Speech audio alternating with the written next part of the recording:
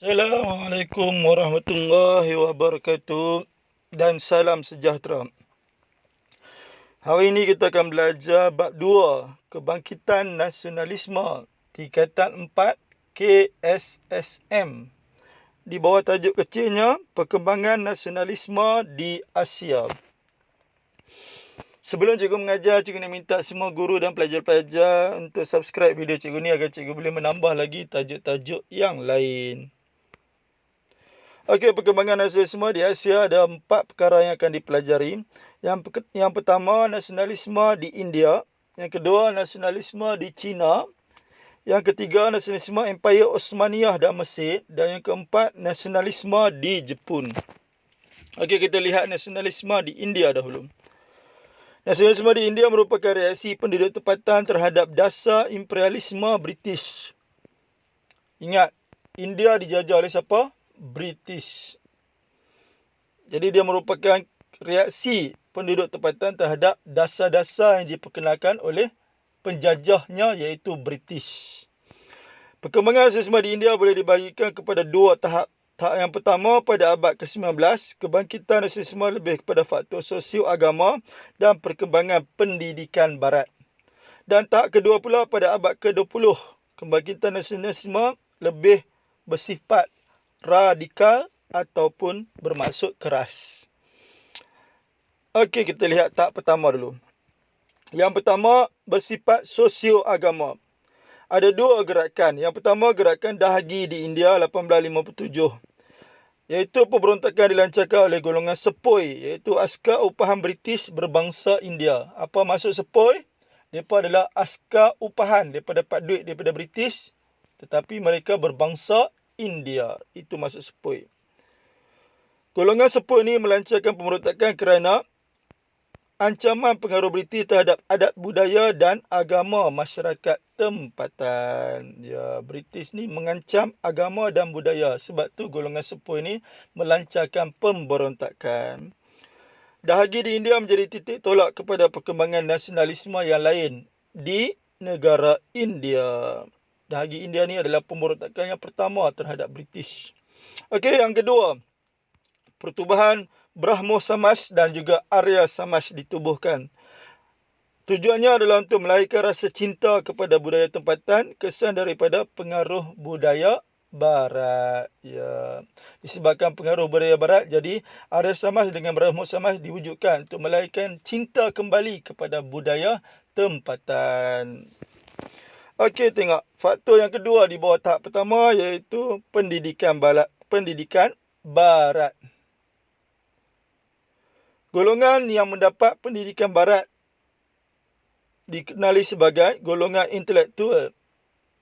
Mereka inilah yang pulang ke India dan memulakan gerakan nasionalisme yang lebih bersifat tersusun. Golongan ini telah menubuhkan pertubuhan politik untuk menyuarakan pandangan. Ada 2 pertubuhan politik mereka buat. Yang pertama, INC, iaitu Kongres Kebangsaan India ataupun Indian National Congress pada tahun 1885 dan juga Liga Muslim pada tahun 1906. Ingatlah, golongan India yang mendapat pendidikan barat ni telah pulang ke negara asal mereka. Mereka inilah yang memulakan gerakan yang lebih tersusun untuk menentang siapa? Menentang British. Berapa pertubuhan mereka buat? 2 pertubuhan politik. Yang pertama, INC dengan yang kedua, Liga Muslim. Okey, tengok tahap kedua.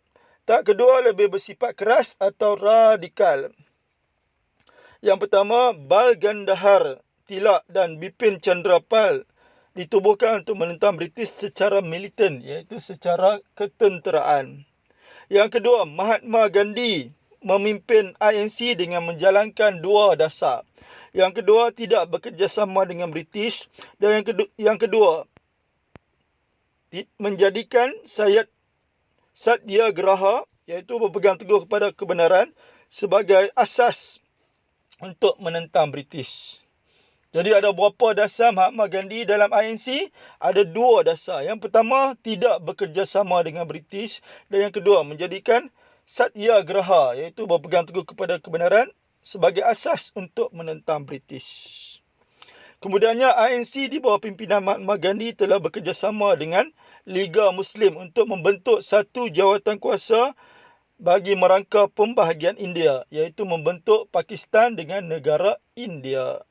Akhirnya, Pakistan diisytiharkan merdeka pada 14 Ogos 1947 dengan Muhammad Ali Jinnah. Muhammad Ali Jinnah sebagai Gubernur Jeneral Pakistan.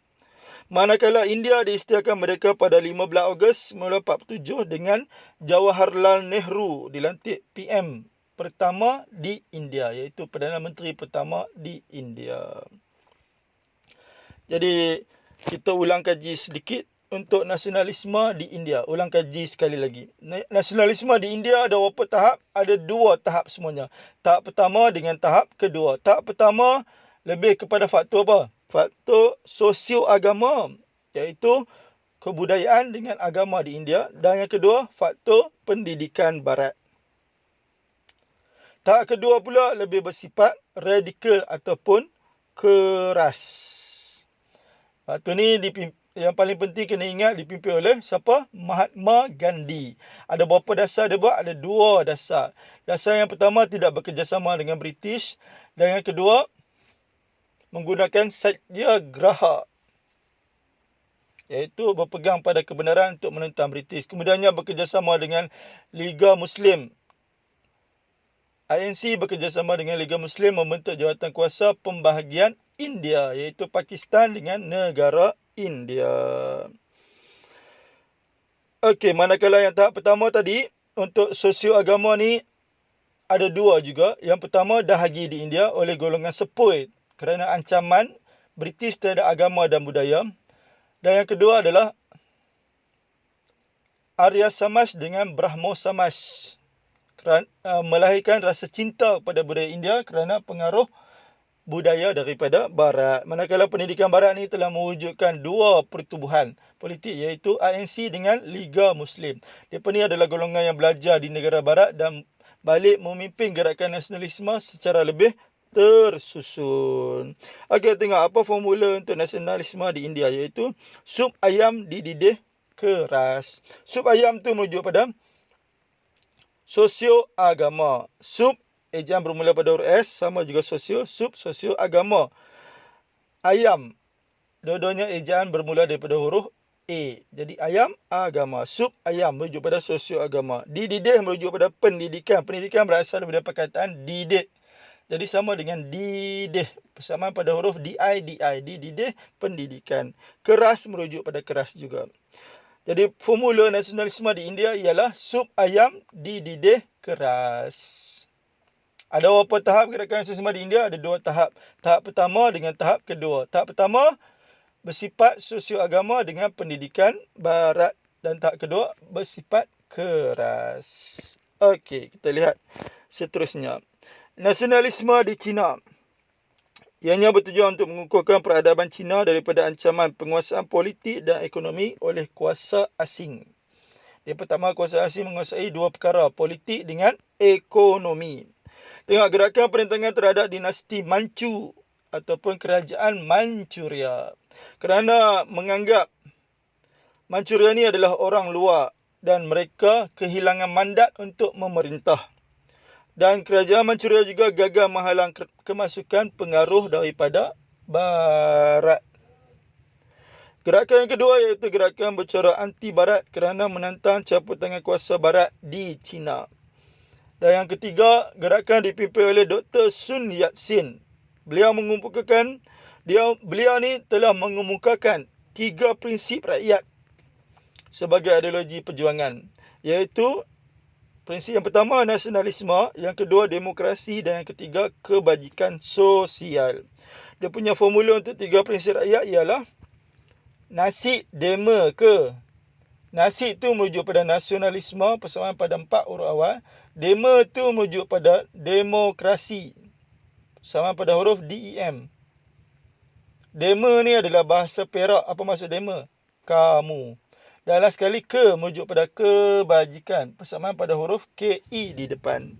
Jadi formula untuk 3 prinsip rakyat iaitu nasi dema ke. Nasi itu apa? Nasionalisme. Dema itu adalah demokrasi. Ke tu merujuk pada kebajikan sosial. Kemudiannya, 3 prinsip rakyat ini telah mencetuskan revolusi di China pada tahun 1911 dan berjaya menumbangkan pemerintahan dinasti Manchu dan kemunculan pemerintahan republik di China sehingga ke hari ini. Jadi kita ulang kaji balik nasionalisme di China. Tengok, nasionalisme di China yang paling penting ada 3 gerakan. Yang pertama, penentangan terhadap dinasti Manchu. Pasal apa mereka menentang dinasti Manchu? Kerana dinasti Manchu dianggap sebagai orang luar dan tidak layak untuk memegang tampuk pemerintahan, iaitu hilang mandat untuk memerintah. Dan yang kedua, dinasti Manchu juga gagal untuk menghalang kuasa barat datang ke negara China. Gerakan yang kedua iaitu gerakan anti barat,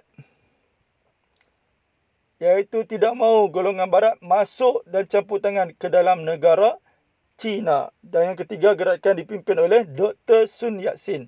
Dr. Sun Yat-sen ini telah menulis ataupun mengemukakan 3 prinsip rakyat. Apa formula dia? Nasi, demo ke nasionalisme, demokrasi dengan kebajikan sosial. 3 prinsip rakyat itu telah berjaya mencetuskan revolusi China pada tahun 1911 dan berjaya menggulingkan kerajaan dinasti Manchu dan digantikan dengan kerajaan republik. Okey, yang ketiga, nasionalisme Empayar Osmaniyah dan Mesir. Nasionalisme di Empayar Osmaniyah dan Mesir ini wujud kerana kesedaran untuk mempertahankan sistem pemerintahan Islam dan agama Islam yang diancam oleh imperialisme barat pada abad ke-19. Berapa benda mereka nak pertahankan? Ada 2 yang pertama. Ada 2 perkara yang mereka nak pertahankan. Berapa benda mereka nak pertahankan? 2 perkara nak pertahankan. Yang pertama, agama Islam. Dan yang kedua, pemerintahan Islam. Okey, terdapat 2 gerakan nasionalisme dalam Empayar Osmaniyah dan Mesir. Yang pertama, gerakan Islah dan yang kedua, gerakan Pan-Islamism. Okey, kita tengok gerakan Islah dulu. Gerakan Islah adalah bermaksud gerakan pemulihan Islam. Dipelopori oleh 2 orang. Yang pertama, Syed Jamal al-Din al-Afghani dan yang kedua, Syekh Muhammad Abduh. Sebab-sebab berlakunya gerakan. Ada 2 sebab. Yang pertama, pertempuran kebudayaan antara Eropah, Amerika dengan kebudayaan tempatan. Hal ini telah menyebabkan budaya tempatan diubah dan tradisi kepercayaan masyarakat tempatan juga diubah disebabkan pertembungan dengan Eropah dan Amerika tersebut. Tengok matlamat gerakan Islah ada 2. Yang pertama, menyeru umat Islam berpegang pada ajaran Islam yang sebenar, berpandukan Al-Quran dan hadis. Dan yang kedua, memperbaiki kehidupan masyarakat untuk melepaskan diri daripada penjajahan barat. Ingatlah, ada 2 matlamat. Yang pertama, berpegang pada ajaran Islam yang sebenar-benarnya, berpandukan Al-Quran dan hadis. Dan yang kedua, memperbaiki kehidupan untuk menentang penjajah barat. Okey, yang kedua, gerakan Pan-Islamism. Syed Jamal al-Din al-Afghani menubuhkan kumpulan yang diberikan nama Al-Urwah Al-Wuthqa yang bermaksud ikatan yang kuat pada tahun 1883. Matlamat perjuangannya ialah yang pertama, memperkuat rasa persaudaraan. Semua manusia ni dalam Islam adalah bersaudara. Dan yang kedua, membawa umat Islam kepada kemajuan. Ya. Negara Islam kena maju. Okey. Tengok langkah-langkah atau tindakan untuk mencapai matlamat. Yang pertama, Akhbar Al-Urwah Al-Wuthqa diterbitkan untuk menyebarkan idea Pan-Islamism, iaitu seruan penyatuan persaudaraan umat Islam di seluruh dunia untuk bangkit menentang penjajah barat. Ya. Setiap hari Akhbar ini menceritakan tentang persaudaraan umat Islam di seluruh dunia. Bila kita bersaudara, kita bersatu, kita dapat menentang penjajah barat. Yang kedua, fatwa yang dikeluarkan oleh Empayar Osmaniyah, iaitu menyuruh umat Islam yang ditindas untuk bangun menentang penjajah barat. Apa fatwa daripada kerajaan Osmaniyah? Iaitu menyuruh umat Islam yang ditindas di seluruh dunia untuk bangun menentang siapa? Menentang penjajah barat.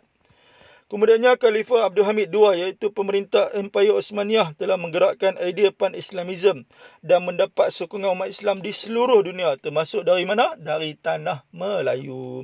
Contohnya, Tok Janggut bangkit menentang British di Kelantan pada tahun 1915. Jadi formula untuk gerakan pan-Islamism ialah kabarnya Fatah Amin berjanggut. Ya, ini cuma kaedah mengingat saja untuk membantu pelajar-pelajar. Okey, tengok penerangan. Kabarnya merujuk pada akhbar, iaitu akhbar apa? Akhbar apa? Akhbar Al-Urwah Al-Wuthqa, diterbitkan untuk menyebarkan idea pan-Islamism, iaitu persaudaraan umat Islam seluruh dunia bagi bangkit untuk menentang siapa? Menentang penjajah. Fatah merujuk kepada fatwa, persamaan pada sebutan di depannya iaitu fatwa, 3 huruf di depan, FAT. Fatwa ni dikeluarkan oleh Empayar Osmaniyah, iaitu menyeru semua umat Islam ditindas untuk bangkit menentang penjajah barat. Amin merujuk pada Hamid, persamaan pada 3 huruf di tengah. Hamid, ada huruf A, ada huruf M, ada huruf I, sama dengan Amin. Hamid merujuk pada Amin, iaitu Amin merujuk pada Sultan ataupun Khalifah Abdul Hamid II. Beliau ini telah menggerakkan idea pan-Islamism dan mendapat sokongan daripada negara Islam seluruh dunia, termasuk dari mana? Dari tanah Melayu. Dan berjanggut merujuk pada janggut. Contohnya siapa dia? Tok Janggut bangun menentang British di mana? Di Kelantan.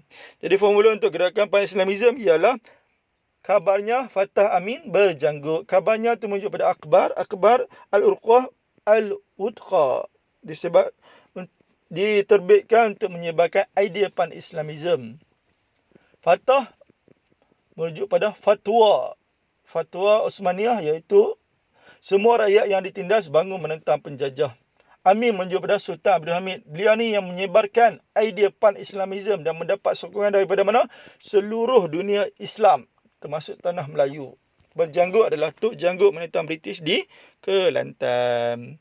Kabarnya Fatah Amin berjanggut. Okey, tengok. Last kali ialah nasionalisme di Jepun. Dia berlaku kerana pemerintah Jepun sedang mencapai kemajuan penting bagi mengelakkan ancaman imperialisme barat. Maharajanya, iaitu Maharaja Mikado Meiji, melancarkan gerakan pemulihan Jepun. Ada 3 perkara yang dia buat dalam gerakan pemulihan Jepun. Yang pertama, melakukan pemodenan mengikut model barat supaya dihormati oleh negara barat. Membuat pemodenan. Yang kedua, semangat Bushido, iaitu sanggup menanggung risiko, bersungguh-sungguh mencapai cita-cita dan sedia berkorban demi ketua dan negara, diterapkan pada semua rakyat dan pemerintahnya. Dan yang ketiga, pembaharuan atau pemulihan dalam semua aspek kehidupan. Jadi ada beberapa perkara yang dibuat dalam gerakan pemulihan di Jepun. Ada 3 perkara yang dibuat. Yang pertama, pemodenan ikut model daripada barat. Yang kedua, semangat Bushido. Dan yang ketiga, pemulihan dalam semua aspek kehidupan. Tengok, Jepun kemudiannya menjadi negara perindustrian dan kuasa tentera yang terkuat di Asia pada awal abad ke-20. Sehingga akhirnya Jepun menjadi kuasa imperialisme di Asia disebabkan oleh desakan ekonomi dan nasionalisme melampau oleh golongan tentera di Jepun. Jadi formula untuk nasionalisme di Jepun ialah risiko. Risiko ada 3 sebutan. Ri, si dengan ko. Tengok penerangan formula. Ri merujuk pada risiko juga, iaitu sanggup menanggung risiko. Si, agensi bermula daripada huruf S, merujuk pada sungguh, iaitu bersungguh-sungguh mencapai cita-cita. Ko merujuk pada korban, iaitu rela berkorban demi ketua dan negara. Jadi formula risiko ni merujuk kepada semangat Bushido. Cikgu ulang balik lah. Risiko ni yang pertama, ri tu apa? Ri itu adalah risiko, sanggup menanggung risiko. Si itu adalah bersungguh-sungguh mencapai cita-cita. Ko itu adalah rela berkorban demi ketua dan negara. Jadi cikgu ulang kaji balik. Nasionalisme di Jepun berlaku kerana kesedaran pemimpinnya untuk mencapai kemajuan dan elak daripada penjajahan barat. Siapa Maharajanya? Maharaja Mikado Meiji. Dia melaksanakan ataupun melancarkan gerakan pemulihan Jepun. Berapa perkara dia buat? 3 perkara. Yang pertama, pemodenan ikut model barat. Yang kedua, semangat Bushido. Formula dia tadi apa? Risiko. Ri itu apa? Ri itu sanggup menanggung risiko. Si itu apa? Bersungguh-sungguh mencapai cita-cita. Ko itu apa? Rela berkorban demi ketua dan negara. Dan yang ketiga, pemulihan dalam semua aspek. Hingga akhirnya negara Jepun menjadi negara industri dan tentera yang terkuat di Asia. Sehingga muncul sebagai kuasa imperialisme Asia. Okey, tengok contoh soalan struktur. Markahnya 2, 4, 4. Okey, kita tengok satu persatu. Okey, soalan A. Nyatakan idea gerakan Islah terhadap negara Islam seluruh dunia. Apa kehendak soalan? Idea. Okey, tengok soalan struktur ni di ruangan jawapan ada satu roman, dua roman tak? Ada. Tengok ada satu roman dengan ruangan jawapan dua roman kan. Bermaksud soalan struktur yang ada satu roman, dua roman ni jawab terus je. Tak payah buat ayat dah. Okey. Jadi idea tadi merujuk pada apa? Idea sama dengan matlamat. Ada berapa matlamat? 2 matlamat. Tengok di satu roman tu. Ya, matlamat yang pertama menyuruh umat Islam berpegang pada ajaran Islam yang sebenar berpandukan Al-Quran dan hadis.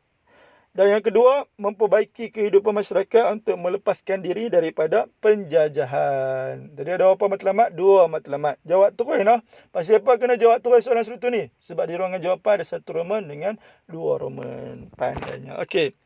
Tengok soalan B. Dia punya soalan, jelaskan tentang perkembangan gerakan pan-Islamism sedunia. Apa kehendak soalan? Gerakan pan-Islamism sedunia. Ada formula tak tadi? Ada apa formulanya?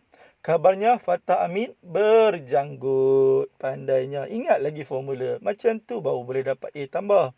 Okey, tengok. Di ruangan jawapan untuk soalan struktur ni ada satu roman dengan 2 roman tak? Tak ada. Disebabkan tak ada satu roman, 2 roman, jadi kena buat ayat. Setiap ayat wajib ada pembuka. Tengok pembukanya. Perkembangan gerakan pan-Islamism sedunia ialah bermula apabila Syed Jamal Al-Din Al-Afghani menubuhkan kumpulan yang diberikan nama Al-Urwah Al-Wuthqa pada tahun 1883. Matlamatnya ialah memperkuatkan rasa persaudaraan dan membawa umat Islam kepada kemajuan. Titik. Kemudian penanda wacana yang cikgu ajar ialah menggunakan number, iaitu kedua koma. Ingat balik formula. Formula dia apa? Kabar. Kabar merujuk pada akhbar. Akhbar Al-Urwah Al-Wuthqa diterbitkan untuk menyebarkan idea pan-Islamism, iaitu seruan penyatuan persaudaraan umat Islam di seluruh dunia untuk bangkit menentang penjajah barat. Lepas penanda wacana yang kedua, lepas kedua, ketiga koma. Kabarnya Fatah. Fatah tu apa? Fatwa. Fatwa dikeluarkan oleh Empayar Osmania, iaitu menyuruh umat Islam yang ditindas untuk bangkit menentang penjajah barat. Ya. Lepas ketiga, keempat. Ada lagi tak jawapan lain? Ada. Apa jawapan lain? Ingat balik formula. Kabarnya Fatah Amin. Amin tu apa? Khalifah Abdul Hamid II menggerakkan idea pan-Islamism dan mendapat sokongan daripada negara Islam seluruh dunia termasuk tanah Melayu. Ya. Lepas keempat, kelima. Berjanggut tu apa? Tok Janggut. Ya. Contohnya Tok Janggut menentang British di Kelantan. Okey, kemudiannya kita tengok soalan C. Soalannya, semangat nasionalisme generasi muda pada hari ini semakin luntur. Bincangkan. Apa kehendak soalan? Semangat nasionalisme generasi muda semakin luntur. Okey, tengok di ruangan jawapan soalan struktur ni ada satu roman, 2 roman tak? Tak ada. Jadi kena jawab bentuk ayat. Ingat dah, setiap ayat sebelum memulakan ayat wajib kena tulis pembuka. Ya, tengok pembukanya. Semangat nasionalisme generasi muda pada hari ini semakin luntur kerana pengaruh media sosial seperti Facebook, Twitter dan YouTube menjadikan generasi muda banyak pentingkan diri sendiri. Ya, setiap hari dia tengok benda tu ya. Tak mau dah ambil tahu tentang hal orang lain. Titik. Lepas titik, penanda wacana apa yang cikgu ajak? Menggunakan number, iaitu kedua koma. Pengaruh gejala sosial seperti rempit merosakkan jati diri warga muda. Titik. Lepas kedua, ketiga. Pengaruh budaya luar seperti K-pop menjadikan golongan remaja leka dengan hiburan. Ya, leka sungguh dengan hiburan. Kira nak seronok je. Lepas ketiga, keempat. Tidak memahami konsep rukun negara menyebabkan generasi muda tidak dapat membezakan mana yang baik dan buruk untuk negara sendiri. Okey, tengok. Last kali kita tengok contoh soalan AC. Ini contoh soalannya, markahnya 488. Okey, kita tengok satu persatu. Okey, soalan A. Jelaskan gerakan pemulihan Jepun oleh Maharaja Mikado Meiji pada tahun 1868. Apa kehendak soalan? Gerakan pemulihan Jepun oleh Maharaja Mikado Meiji. Ada formula tak untuk soalan ni? Ada. Formula apa? risiko, merujuk pada semangat Bushido. Risiko. Ri tu apa? Sanggup menanggung risiko. Si tu apa? Bersungguh-sungguh capai cita-cita. Ko tu apa? Rela berkorban demi negara dan ketua. Okey, soalan esei wajib ada pembuka. Mesti tulis pembuka. Tengok pembukanya. Gerakan pemilihan Jepun oleh Maharaja Mikado-Meiji pada tahun 1888 ialah melakukan pemilihan mengikut model barat supaya dihormati oleh kuasa barat. Titik. Penanda wacana apa yang cikgu ajak? Guna number, iaitu bermula dengan number kedua, koma. Semangat Bushido, iaitu sanggup menanggung risiko, bersungguh-sungguh mencapai cita-cita dan sedia berkorban demi ketua dan negara, diterapkan pada rakyat dan pemerintahnya. Lepas kedua, ketiga, koma. Pembaruan dalam semua aspek kehidupan. Titik. Lepas ketiga, keempat. Jepun menjadi negara pendestan dan kuasa tentera yang terkuat di Asia pada awal abad ke-20. Ada lagi tak? Ya, ada satu lagi. Kelima, Jepun menjadi kuasa imperialisme Asia disebabkan oleh semangat nasionalisme yang melampau oleh golongan tentera dan desakan ekonomi. Ya. Tengok soalan B pula. Terangkan perjuangan tokoh berikut satu Roman Mahatma Gandhi di India. Mahatma Gandhi ni dia buat apa dasar? Dua dasar. Yang pertama, tidak bekerjasama dengan kuasa barat. Dan yang kedua, menggunakan Satyagraha sebagai asas perjuangan, iaitu berpegang kepada prinsip kebenaran. Okey, tengok. Yang ni soalan esei. Maka soalan esei ni wajib ada apa? Ada pembuka. Jadi pembukanya, perjuangan Mahatma Gandhi di India ialah beliau memimpin INC dengan menjalankan dasar tidak bekerjasama dengan British dan menjadikan Satyagraha sebagai pegangan untuk menentang British. Titik. Penanda wacana cikgu ajak apa? Number, iaitu start dengan kedua, koma. ANC dan Liga Muslim bekerjasama membentuk jawatan kuasa khas bagi merangka pembagian India, iaitu negara India dan Pakistan. Lepas kedua, ketiga, Pakistan diisytiharkan merdeka pada 14 Ogos 1947 dengan Muhammad Ali Jinnah sebagai Gubernur Jeneral Pakistan. Manakala India diisytiharkan merdeka sehari selepas itu, iaitu 15 Ogos 1947 dengan Jawaharlal Nehru sebagai Perdana Menteri pertama India. Okey, tengok B2 Roman pula. Terangkan perjuangan tokoh berikut Dr. Sun Yat-sen di China. Okey, tengok. Setiap soalan esei wajib ada apa? Ada pembuka. Dr. Sun Yat-sen ni ada formula tak? Ada apa formula dia? Nasi dema ke. Ya, iaitu formula bagi 3 prinsip rakyat. Nasi tu apa? Nasionalisme. Dema tu apa? Demokrasi. Ke tu apa? Kebajikan sosial. Jadi soalan esei ni pembukanya, perjuangan Dr. Sun Yat-sen di China ialah beliau mengemukakan 3 prinsip rakyat sebagai ideologi perjuangan, iaitu nasionalisme, demokrasi dan kebajikan sosial. Titik.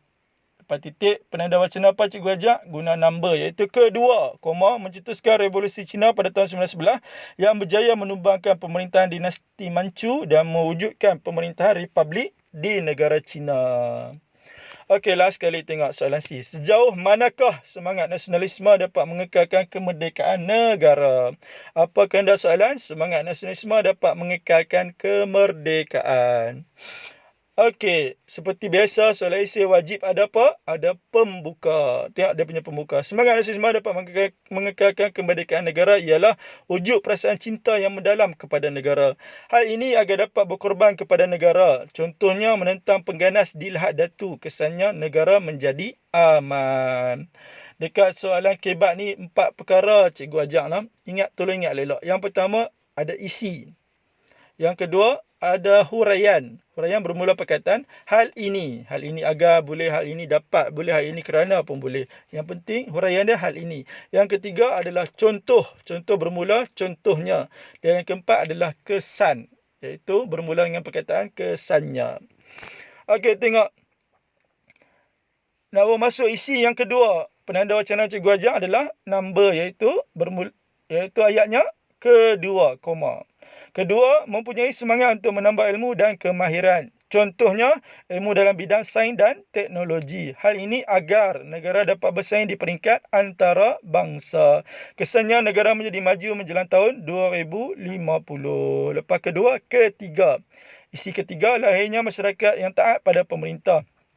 Huraiannya, hal ini agar dapat melakukan kerahan tenaga untuk mempertahankan kedaulatan negara. Contohnya, menyertai polis, tentera dan kastam. Titik.